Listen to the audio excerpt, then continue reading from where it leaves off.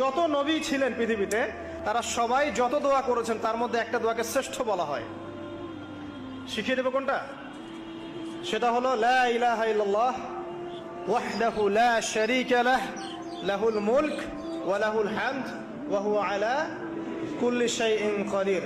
এই দোয়াটা দিনে যে ব্যক্তি 100 বার পড়বে, দিনে যে ব্যক্তি 100 বার পড়বে, ওই দিন আল্লাহর লিস্টে ওই ব্যক্তি ছাড়া বেশি আমলকারী কেউ হতে পারবে না। যত নবী ছিলেন পৃথিবীতে তারা সবাই যত দোয়া করেছেন তার মধ্যে একটা দোয়াকে শ্রেষ্ঠ বলা হয়। শিখিয়ে দেব কোনটা?